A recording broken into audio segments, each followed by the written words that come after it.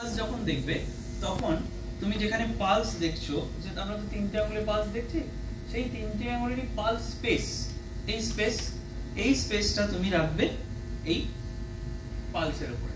Now feel it, কেমন হচ্ছে, কেমন বুঝতে পারছো? ওকে, এইবারে তোমাকে করতে হয় কি, এখানে কি রয়েছে আমাদের কোন আর্টারি রয়েছে, ব্র্যাকিয়াল আর্টারি।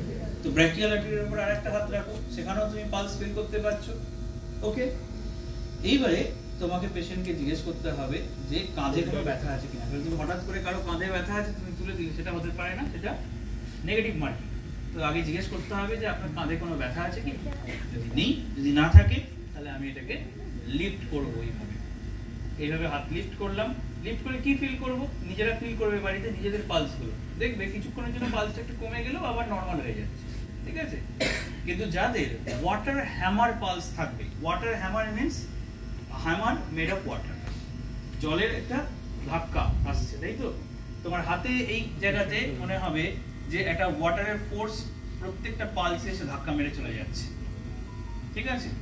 তো সেটা প্রথমে ফল হয়ে যাবে, একদম কিছু পাবে না, তারপরে যখন ফিরে আসবে হাতে ধাক্কা দিয়ে চলে যাবে, ঠিক আছে। কিসে হয়? তিনটে কন্ডিশনে হয়। One is aortic regard, severe aortic regurgitation, শুধু অ্যাওর্টিক রিগার্জিটেশন বললে ভুল হবে, severe aortic regurgitation, combination of severe aortic regurgitation and aortic stenosis, and number 3 hypertrophic obstructive cardiomyopathy, ঠিক আছে। এই তিনটে কন্ডিশন তে পাবে। এছাড়াও কিছু কন্ডিশনে পাবে where there is hyperdynamic circulations like your thyrotoxicosis, সেখানেও তুমি পাবে, বেরি সেখানেও তুমি পাবে, ইভেন ইন ফিভার কেসেতেও তুমি সিভিয়ার, যাদের ফিভার 102-3 জ্বর হয়েছে তাদের মধ্যেও তুমি এটা পাবে। তো ওয়াটার হ্যামার পালস পাবে। তো ওয়াটার হ্যামার পালস যদি পাও তাহলে পেলে। অ্যাট দ্য সেম টাইম এইবার আমি দেখব হচ্ছে নেক, ঠিক আছে। আমি তাহলে হাত হয়ে গেল, এই হাত থেকে আমি এতদূর চলে এসেছি।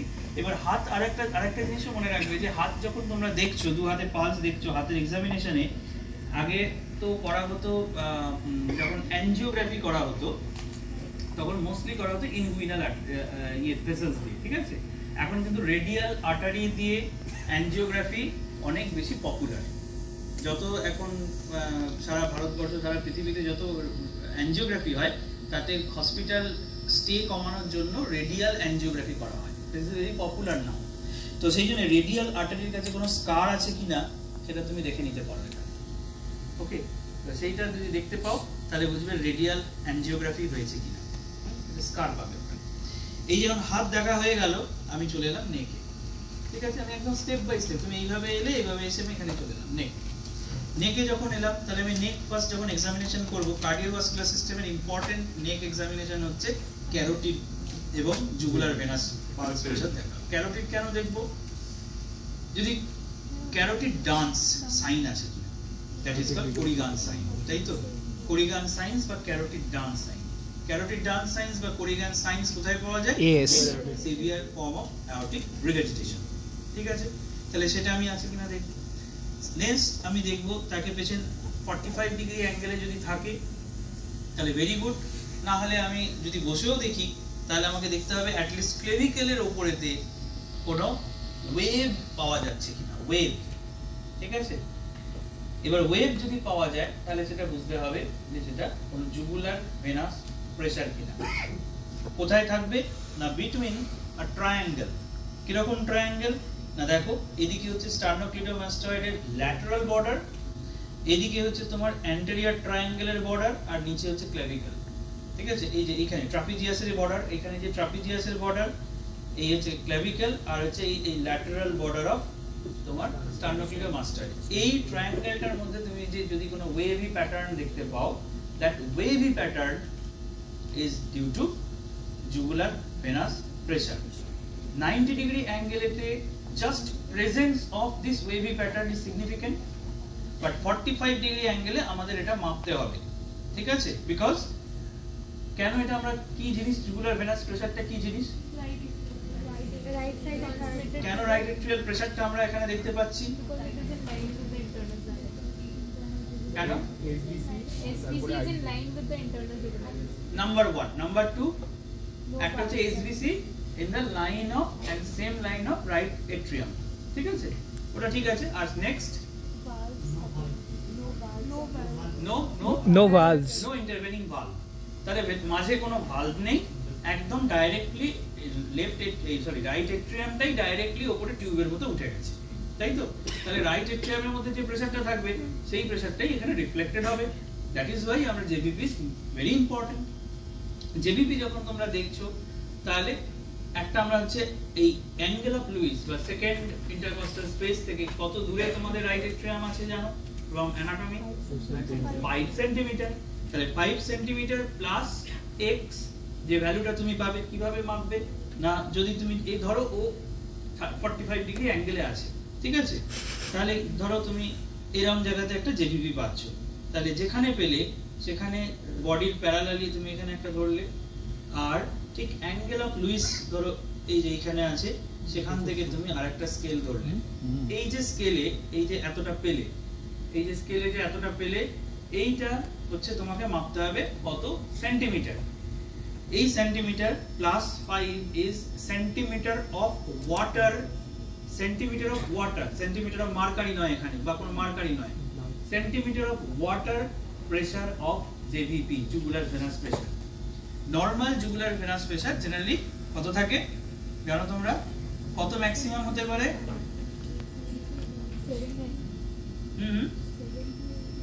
5 তো নরমাল, তারপরে আর কত যোগ হতে পারে?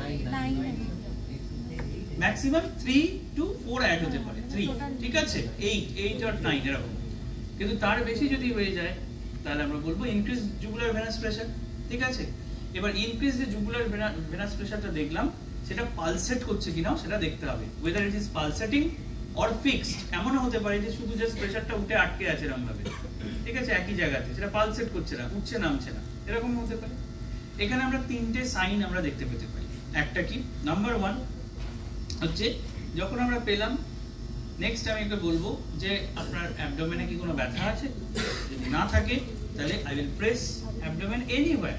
তুমি ওভার দ্য লিভার প্রেস করতে পারো, অ্যান্ড অ্যাবডোমেনে যে কোনো জায়গায় প্রেস করতে পারো, জাস্ট প্রেস করবে ফর 10 সেকেন্ডস, ঠিক আছে? 10 seconds, and see what are the changes in the JVP, যেটা তুমি দেখছিলে সেটা কি পেলে। তাহলে নরমাল ক্ষেত্রে আমরা কি পাবো? এই যে 10 সেকেন্ডস আমি প্রেস করলাম, তাহলে কি করলাম না, হেপাটিক অ্যান্ড আমাদের না হেপাটিক রিজার্ভ যে ব্লাড রিজার্ভ আছে, আর এন্টেরাল যে ব্লাড রিজার্ভ আছে, সেইটাকে আমি প্রেস করে উপর দিকে ঠেলে দিলাম বাড়তি করে, যেটা ভেনাস রিটার্ন হচ্ছিল সেই রিটার্নটাকে আমি বাড়িয়ে দিলাম চাপ দিয়ে, ঠিক আছে?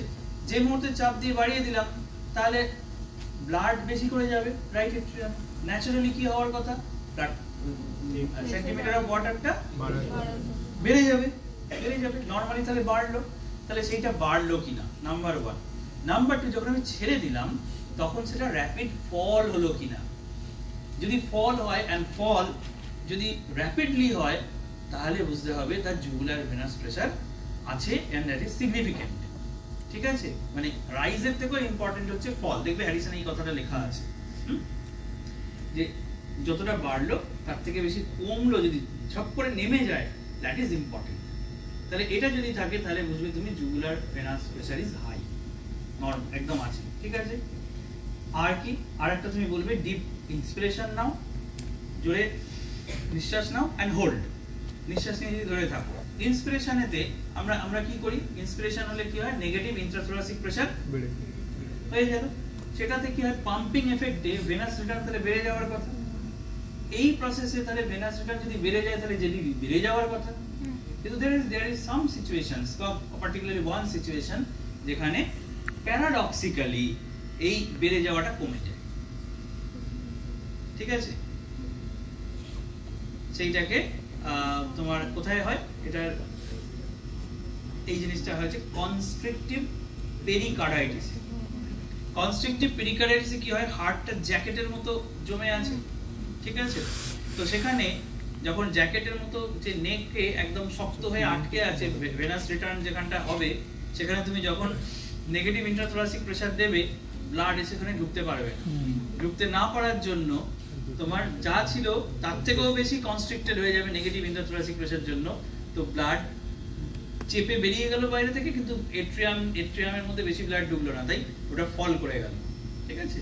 তো এই জিনিসটাকে বলা হয় যে paradoxical decrease in jugular venous pressure in case of year constrictive pericarditis. এটা এই সাইনটার একটা নাম আছে, কুসমাল সাইন।